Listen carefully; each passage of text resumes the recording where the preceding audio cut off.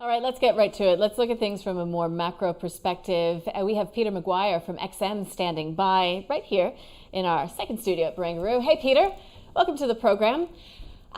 Listen, normally when there's an OPEC meeting of some sort, you're flying to a far-flung Vienna to attend. Clearly, it was very different this time around for everyone involved, including yourself.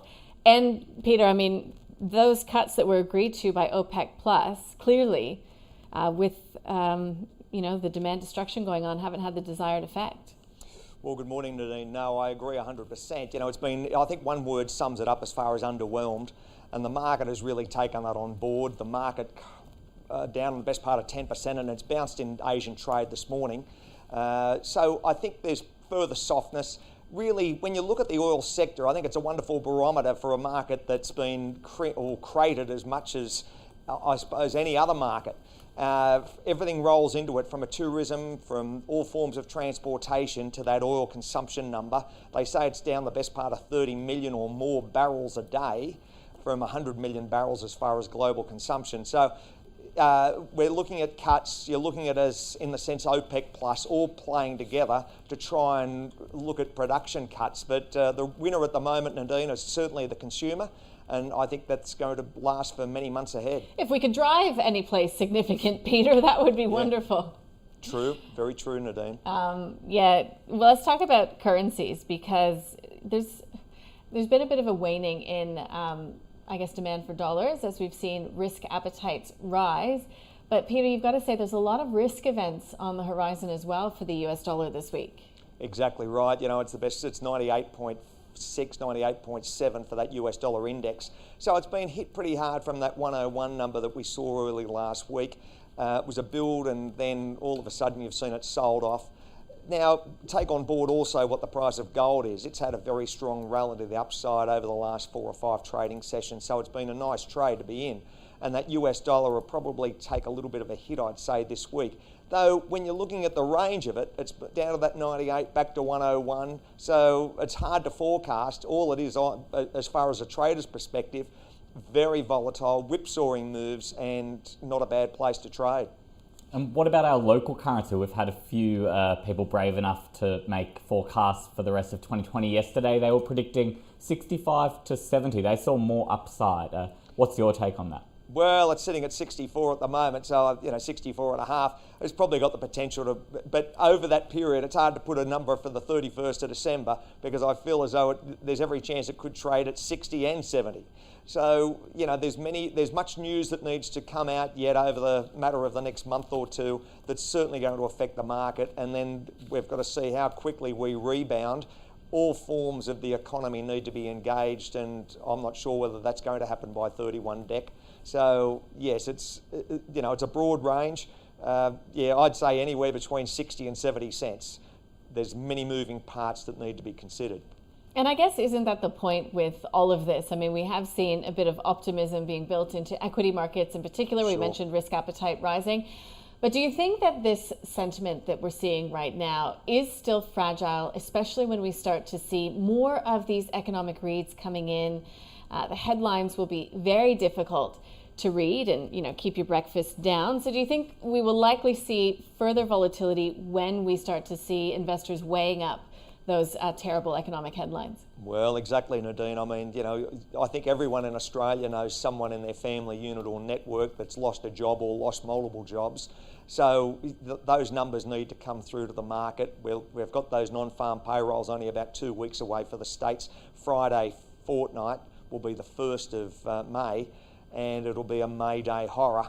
So if those numbers are as bad as everyone is forecasting, then I'm sure that it's going to be dire for equity markets and everything wrapped up when we start to see those true indication. Now, you're looking at retail sales. There's some markets that are doing very well. Other markets, as far as online sales, there's other participants in the market that are really being hammered to the downside. So it's all about where do you sit on this whole frontier? And there's so many components that need to be, I think, digested, and that's all going to come to the play over the next matter of days and weeks. And that news is 2 weeks away, the non-farm payrolls number. But what about China data that will be probably coming in prior to that? How bad are we expecting the Chinese numbers to be? Well, I think they're going to be weak if you believe the numbers, and many analysts say that it's hard to believe, but I think that they'll be weak, building on what we experienced after that Lunar New Year. March has got to be considered, and then what impact it has as far as PMIs, all forms of retail sales, and just general health of the economy, GDP numbers moving forward, and so on. So that seems to be the first one to fall, and then we need to look across that further, the Asia side of it, as far as Japan, what happens other parts of our daytime trade, what impact it has over the best part of April and leading into May. Do some people anticipate that if those numbers are worse than forecast, that China will simply step on the stimulus pedal and effectively try to nullify some of that effect? I think so. They've got one agenda, and that is to try and keep growth on the trajectory to the best that they can, and whatever's required, like we've seen with that huge stimulus numbers coming out of Europe and, of course, the US, Japan as well. So I'm sure that China will be, pedal to the metal, what's required, and they'll be, building more bridges, more infrastructure, and cheaper money for all to try and stimulate to the best of their ability. Which could be a positive for us here in Australia, however that plays out, Peter. You would think so, from a resource side, absolutely. Well, speaking of resources, precious commodity, in particular gold. So you've mentioned the massive amounts of stimulus that is washing around this world. There's really, no government that hasn't attempted to help bolster the fate of their people when it comes to keeping some dollars in the pocket. So in this environment, is gold the trade?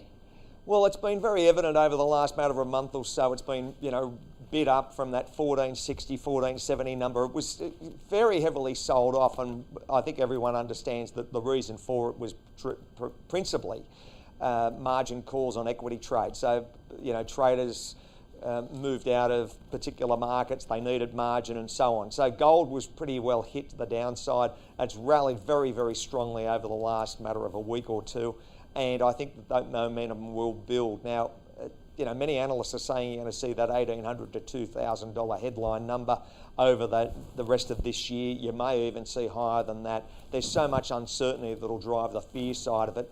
But at the present, you would have to say gold is not a bad place to be. Big volatility swings, plenty of momentum, and I think it's very much an attraction because of that US dollar. Where does that play in all of it? So, you'd have to look at being long gold in the short to medium term, Nadine. All right, Peter McGuire XM, always good to have you join us. We'll speak next week. Thank you very much.